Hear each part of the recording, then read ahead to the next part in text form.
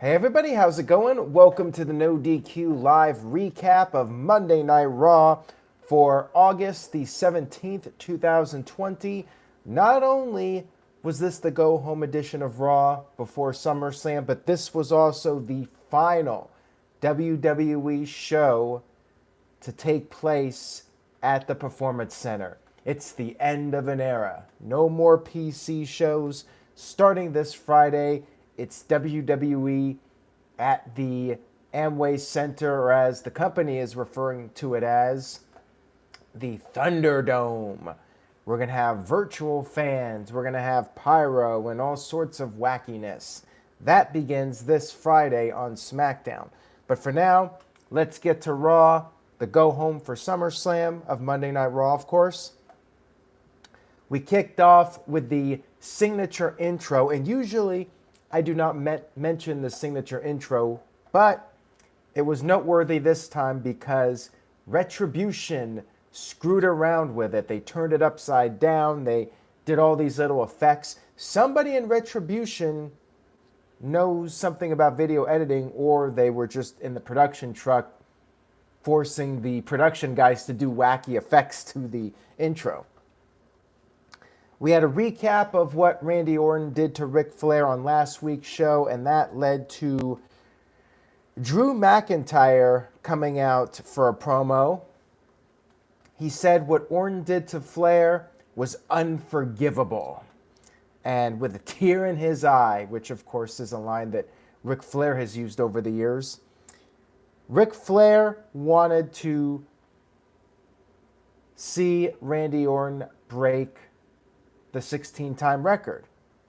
Ric Flair wanted Randy Orton to reach that level of success.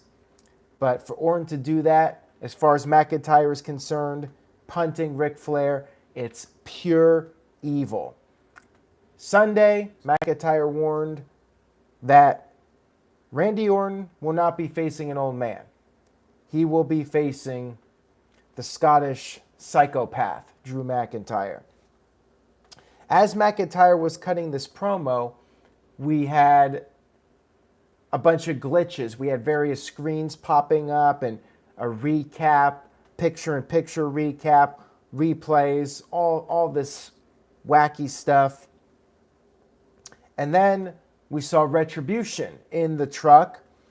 They started breaking equipment, laptops, keyboards, whatever.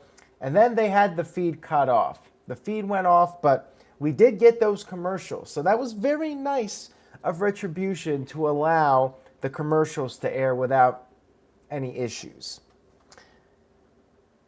When we came back from the commercial, we had a recap of what Retribution did because, if I was running a company and these outlaws were trying to disrupt my show, first thing I would do is show a replay of what they did, Remember back in the day when the NWO first started, they showed all the replays of the NWO and Bischoff coming out there saying, let's take a look at that footage again.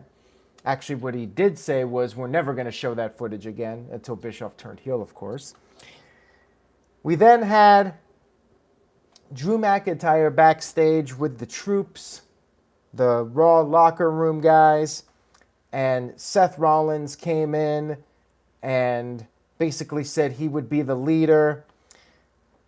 Ricochet and Cedric Alexander brought up Rey Mysterio being in the arena, and Rollins said that Drew McIntyre will be the former champion when SummerSlam is all said and done, and he took his leave to go focus on his issue, and that's Rey Mysterio.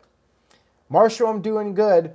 And Heb Kana with a $5 super chat says, it's obvious that Retribution is Bart Gunn, Steve Blackman, and the Brooklyn Brawler. That actually sounds more exciting than what we'll likely get with the Retribution members, quite frankly. We had MVP come out with the Hurt Business, and another weird glitch here. Even though Retribution had apparently taken their leave or they got chased off by security, there was still some issues here. We only had the hard cameras, 2 hard cameras, as the Hurt Business came out. And eventually the guys on the ground by the ring with the cameras came back. Apollo was blamed by MVP for possibly being part of Retribution. MVP thought it was quite a coincidence that Apollo came back right around the same time that Retribution started wreaking havoc. Apollo came out and said MVP is just trying to cause distractions because MVP cannot win without the Hurt Business helping him. And MVP said that Apollo was afraid of losing the title because once Apollo loses the title, it's back to catering for him. Apollo said MVP's right. And that's why he fights so hard. So I guess the U.S. title is that important that if you lose it, your career is basically done. You're back to catering. I guess MVP's only as good as a U.S. champion can be holding that title. We had a pitch made by... wait a minute here. We had a match here basically between Shelton Benjamin and MVP, and all of a sudden R-Truth was being chased by ninjas, and Apollo Crews took advantage of this and scored the pinfall. And what happened here was because Apollo beat Shelton Benjamin, MVP and Lashley, or not MVP, Shelton Benjamin and Lashley will not be allowed to be at ringside for the match. They'll have to be in catering watching the match. We got some, I apologize guys, we got some people in the chat room spamming quite a bit, so getting a little bit thrown off here, my apologies. We are live. After this match was over, we had the Hurt Business jump poor Apollo until finally Ricochet and Alexander made the save, and then R-Truth ran back out. Benjamin kicked Truth and pinned him to regain the 24/7 championship. That's still a thing. And MVP said on the mic that they're not going to be disrespected, and he challenged Apollo Crews and two partners to a 6-man tag team match. We had a backstage segment with Angel Garza, and he was talking to that bachelor woman again. Why she's on the show, I have no idea.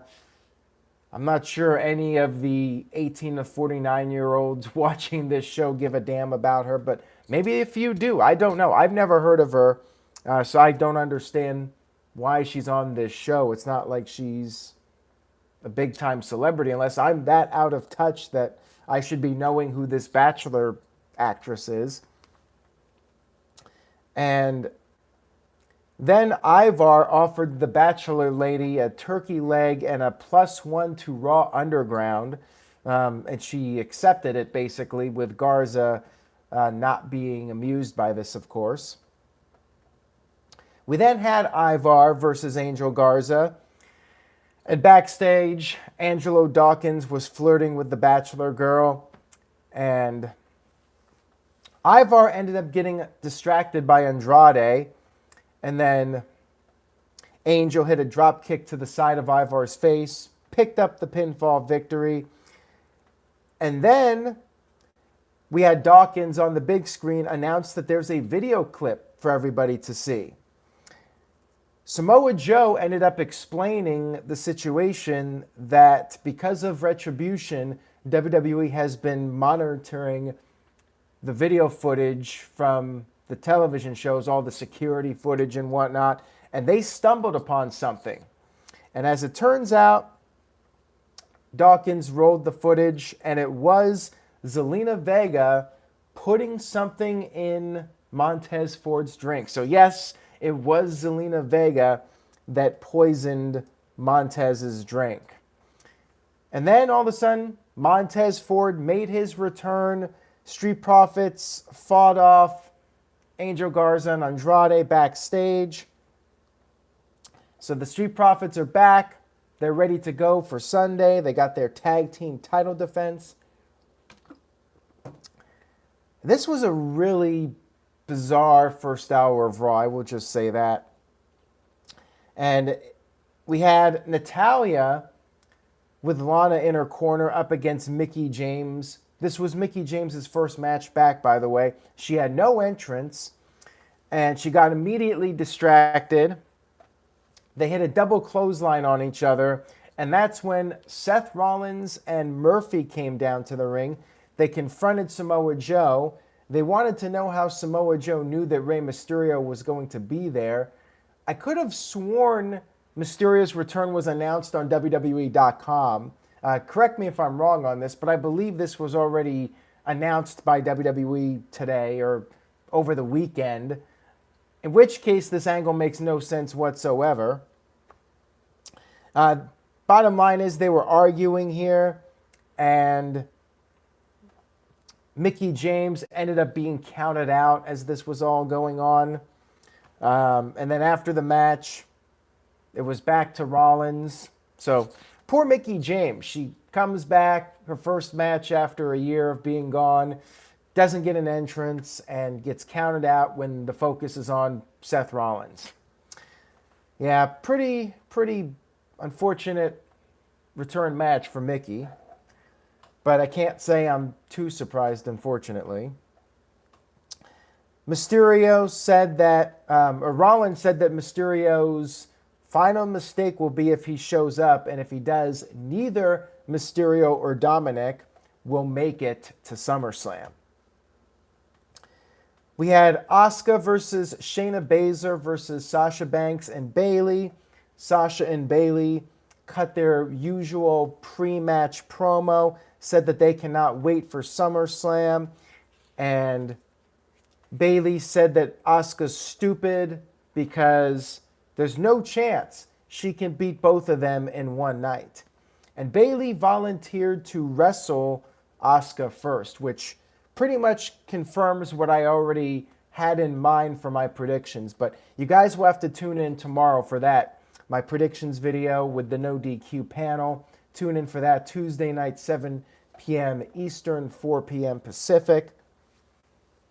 Now, Shayna Bazer came out and basically said that doesn't matter if Asuka wins or if Sasha Banks wins the Raw Women's title match at SummerSlam, she will be next in line. We had the tag match, and right away, Nia Jax, who was suspended by Pat Buck, interfered and attacked Bazer, stomped a piece of the plexiglass on her leg. Pat Buck and the officials ran down. A fight broke out between Bazer and Nia. They fought to the back. So it was 2-on-1 for a while. Sasha and Bayley against Asuka.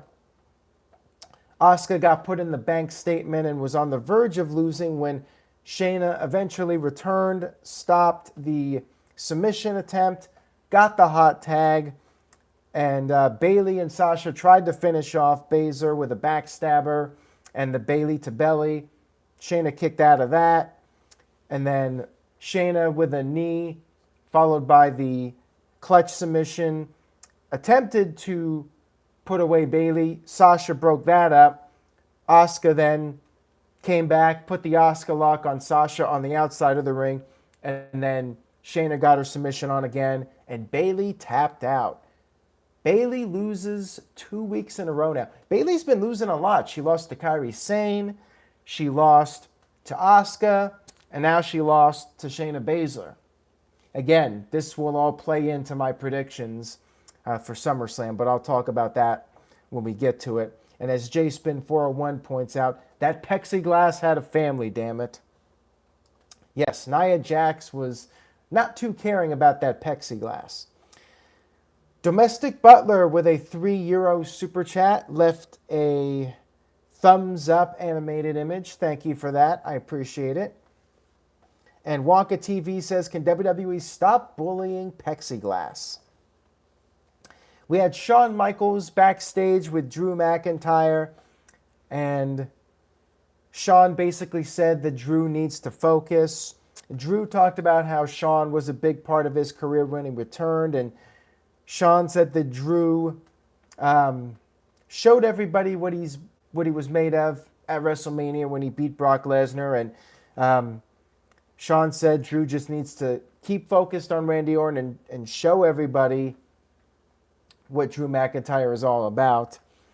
Drew thanked him for the nice words, but said that he has one, actually it was Shawn that said he has one thing to say to Drew, and that's to just give him some space when he goes out there to confront Randy Orton. Basically, Shawn did not want Drew McIntyre coming out there and saving the day for him.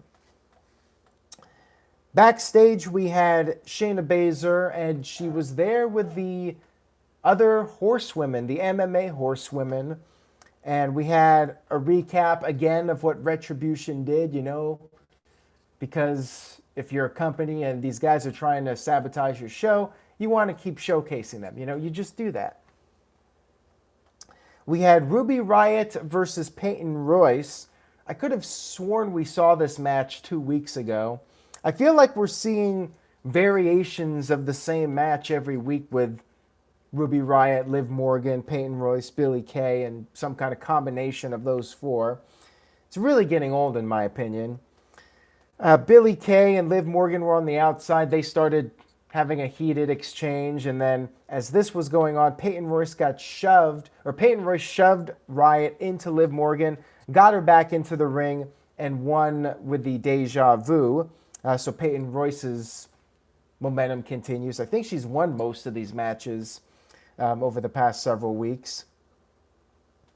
We then had everybody's favorite moment of the evening, Shane McMahon arriving for Raw U. Our first fight was Eric of the Viking Raiders, and he picked up a win. Afterwards, Dolph Ziggler was interviewed, and he pulled a Bret Hart. He gave Eric's performance a 4 out of 10. I wonder if that was intended to be a Bret Hart reference. I definitely thought of it as one. We had a call out. Eric challenged Ziggler to get in the ring, and we had another fight. Ziggler used the thumb to the eye, which is legal in Raw Underground, and won by a submission.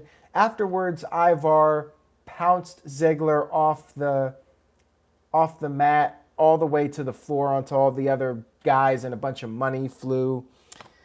And I'm still not really digging the Raw Underground. It just doesn't do anything for me. And again, like I said in the beginning, it reeks of desperation. And who's really benefiting from this? Like, there are a couple guys that were being showcased, and they were nowhere to be found this week. You got Ziggler. I guess it's something for Ziggler to do.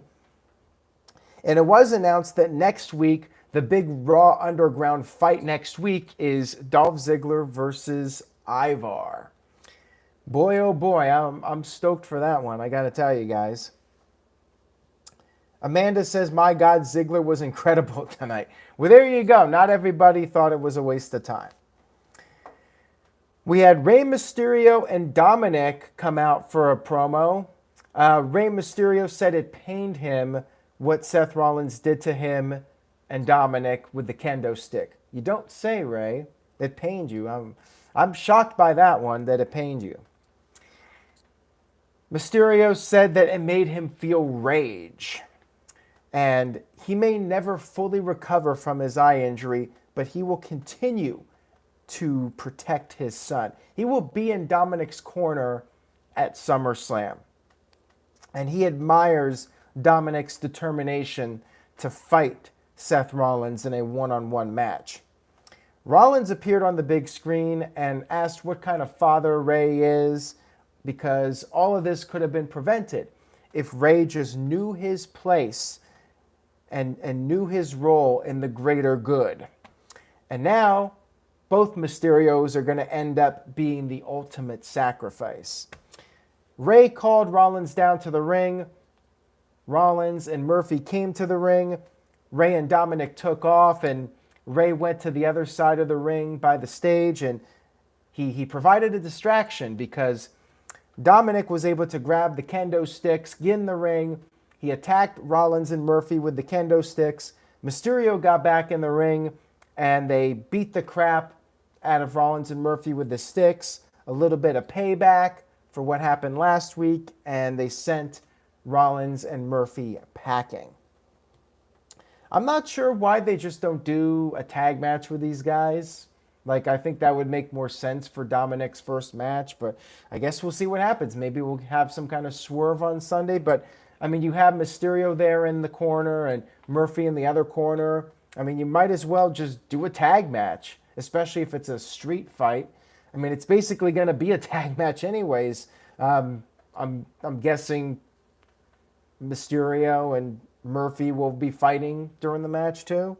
So why not just do a tag match? I don't get it.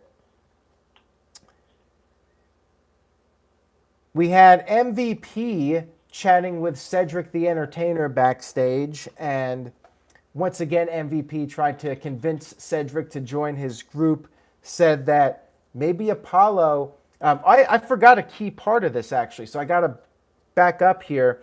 There was a backstage segment where Apollo picked his teammates. Now, there were three guys.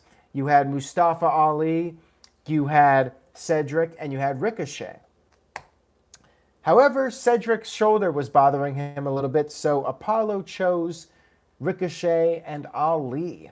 Cedric's feelings were hurt by this, but Apollo said he was just looking out for Cedric because of the shoulder.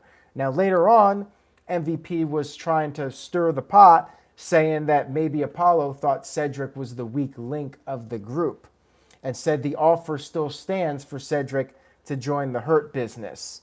And maybe Cedric could think about it while he's enjoying his catering cuisine. This is probably the most interesting storyline because it's been teased for a while and MVP does such a great job. This was one of the highlights of the show, MVP's interactions with everybody, whether it's Apollo or Cedric. MVP's been, shall I say, one of the MVPs of Raw. We had the Raw Underground segment with Riddick Moss, and a big brawl erupted on the outside. I don't even think there was a winner of this one. I'm not even sure. Don't really care. I'm going to move on here.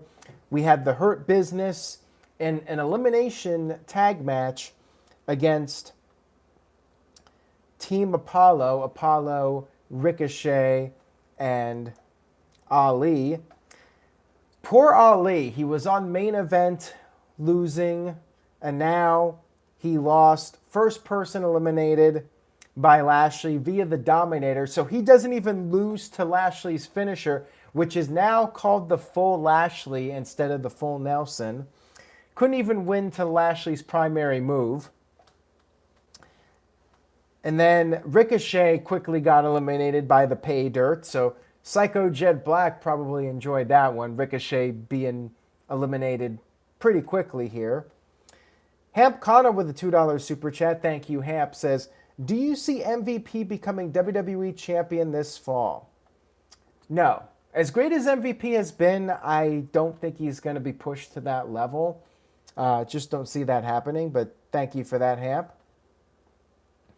We had 1 versus 3, and Apollo made a big comeback. He pinned Shelton to make it 2-on-1.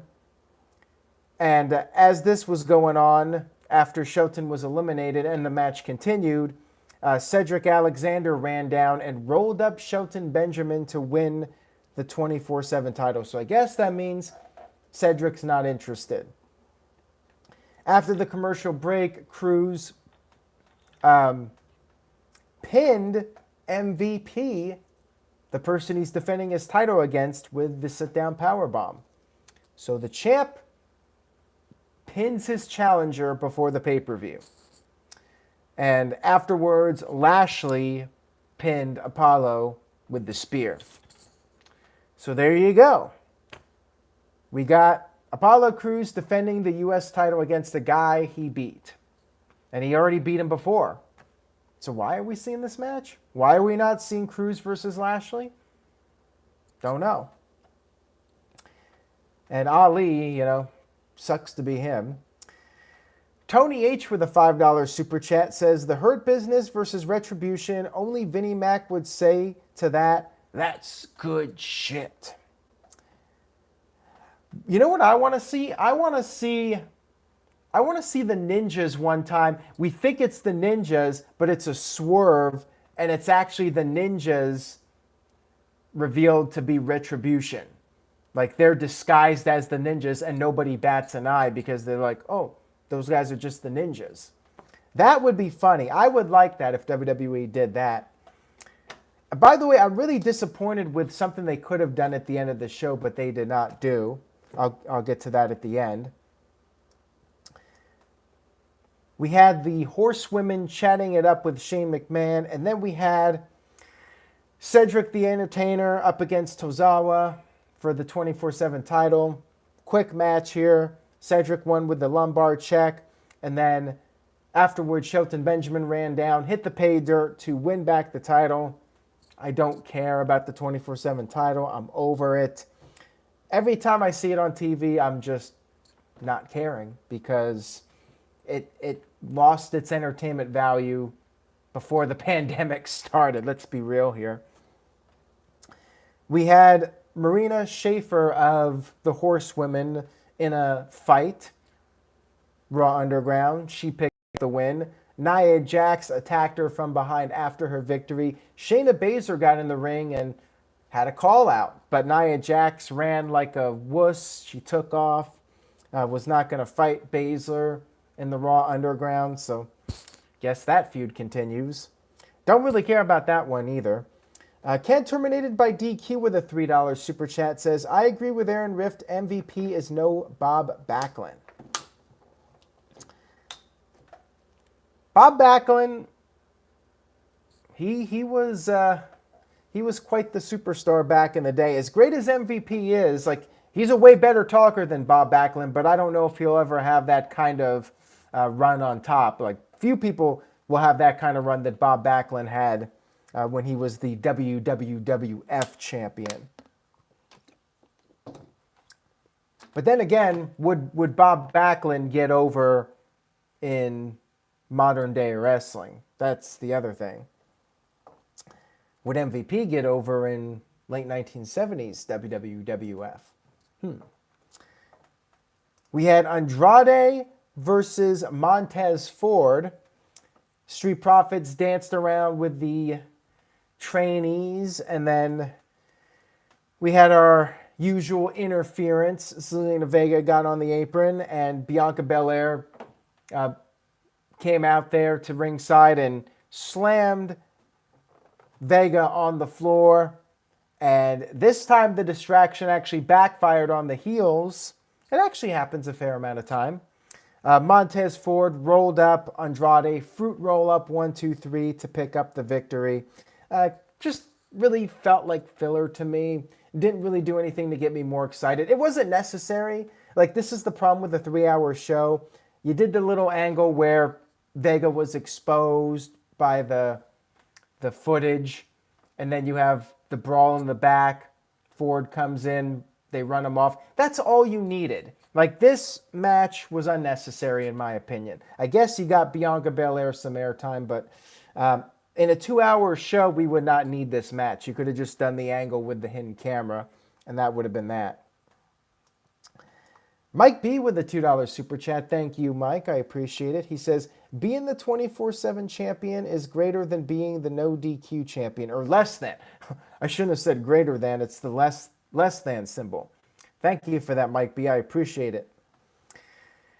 We then had our main event segment of the evening. Shawn Michaels coming out, and he showed the footage again. You know, we already saw it earlier, but I guess we need to see it again. And he cut the promo saying without Flair, there wouldn't be a Shawn Michaels, there wouldn't be a Drew McIntyre. there wouldn't be a Randy Orton, yada, yada, yada. He said at SummerSlam, Drew's going to hit the Claymore. Randy Orton's going to see it coming.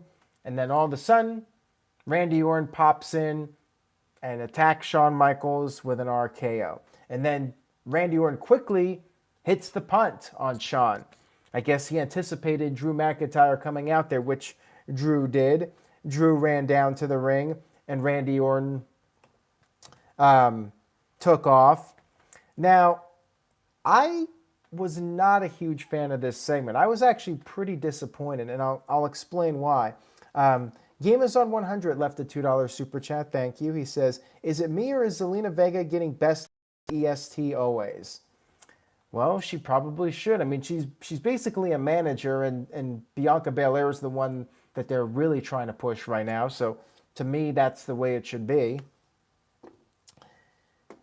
I mean, quite frankly, Zelina Vega should be a stepping stone for Bianca Belair, and Bianca Belair beats her, moves on to bigger things. Ken, terminated by DQ with a $2 super chat. Thank you, Ken. He says, can Mr. Backlund get over today? Tough call, Rift. Well, the thing is, Backlund reinvented himself.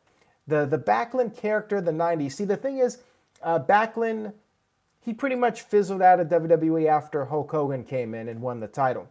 Vince wanted Backlund to go heel, and Backlund refused, and Vince sent him packing. Eventually, Backlund returned, and he came back. See, when Backlund came back in 93, he did not get over at all. I mean, we're going off track here for a minute. But when Backlund returned, nobody really cared about him. Like, he barely got any reaction when he came out because, wrestling had changed. It was more about the characters and having personality, and Backlund just lacked it. But then he turned heel and had a bit of a career resurgence.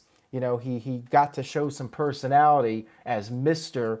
Bob Backlund. So Mr. Bob Backlund was a much more compelling character. But Bob Backlund, the wrestler, I mean, in his heyday, he was one of the best.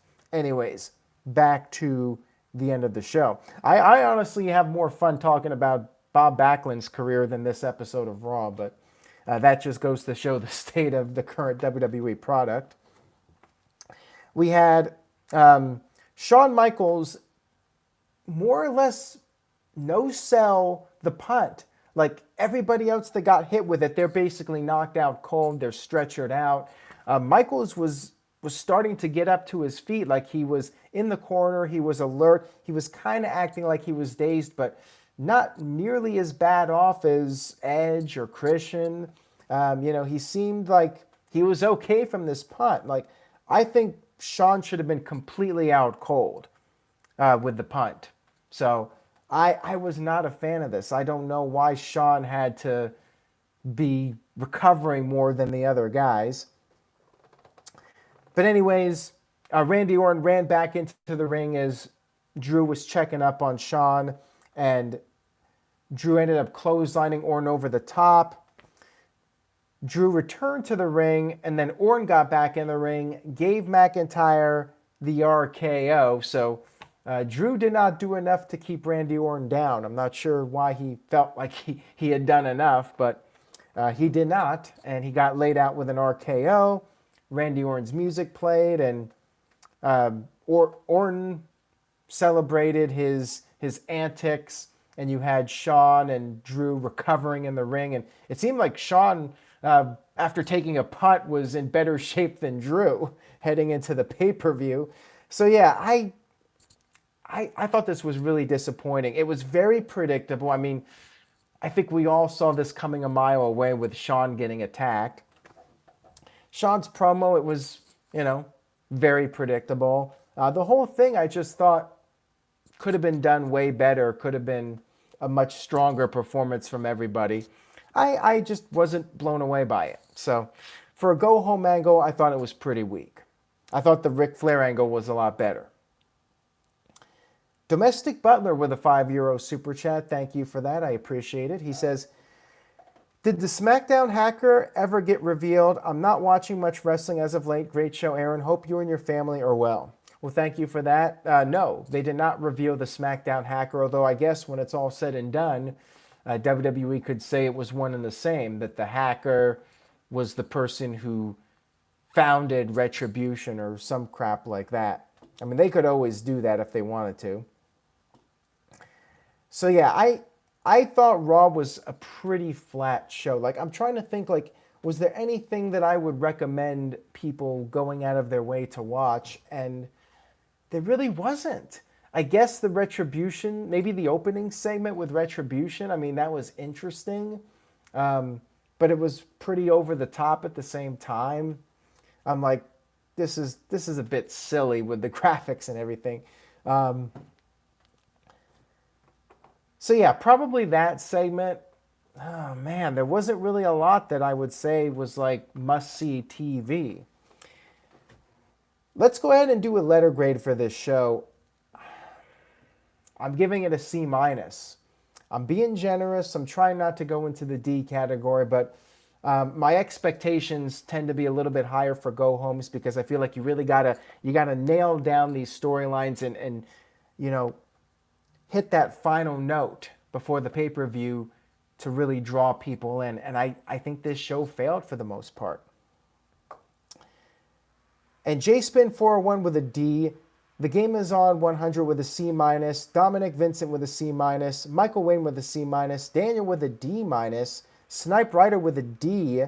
Domestic Butler with a C. Tyson with a C. Amanda with a C+.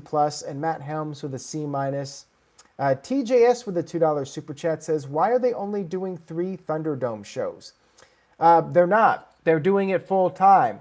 Well, not full time, but for the foreseeable future. Right now, the lease is until October. So it's going to be at least 2 months of these Thunderdome shows at the Amway Center.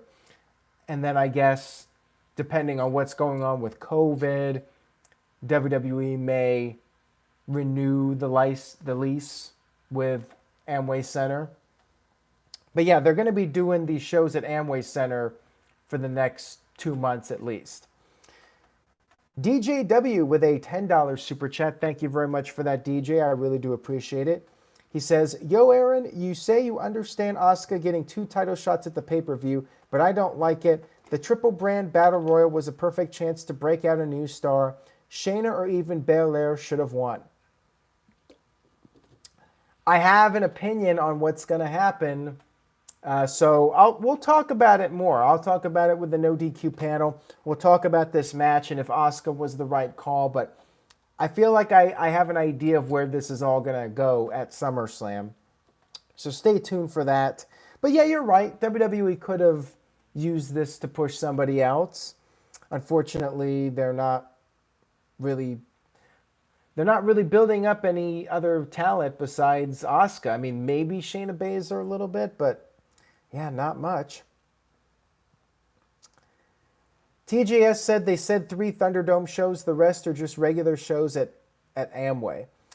Well, the whole Thunderdome concept is the pyro and the LED screens, and that's what they're going to be doing. I mean, they may end up dropping the Thunderdome name if WWE feels that people are not really getting into the name. That's a possibility, but the whole concept is the Thunderdome, and they're going to be doing it for the time that they're at Amway Center. I actually think they're referring to the venue as the Thunderdome, like Raw from the Thunderdome. I mean, that's the impression I got from Raw, at least. But anyways, we've spent too much time talking about that. Brian Spencer with a $5 super chat. Thank you, Brian. I appreciate it. He says, another dumb babyface move with Drew McIntyre turning his back on Randy Orton twice. Yeah, I'm completely with you on that, Brian. I just don't understand like why Drew would get back in the ring without making sure Randy Orton was 100% no longer a threat. Like, he just sent him to the outside, beat him down a little bit, and then got back in the ring. Like, we all know that's not going to keep Randy Orton down. So, yeah, that was kind of silly. And then, like, just turn your back to him. Never turn your back to a snake. Like, anybody with a brain would know that, right?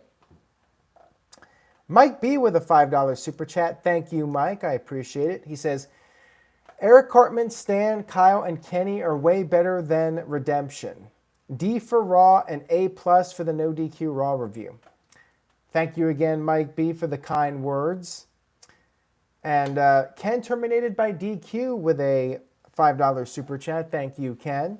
He says, Rift, my bad for bringing up old stuff. Nostalgia is huge with me, man. Plus, I love bringing up some old obscure references. Don't you?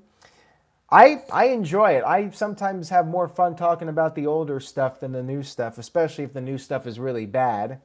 In this case, like this Raw was just not very appealing to me at all.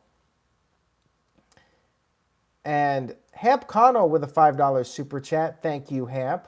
He says, I assume Retribution will attack Randy Orton and Drew McIntyre to end SummerSlam, and the angle will be the primary focus.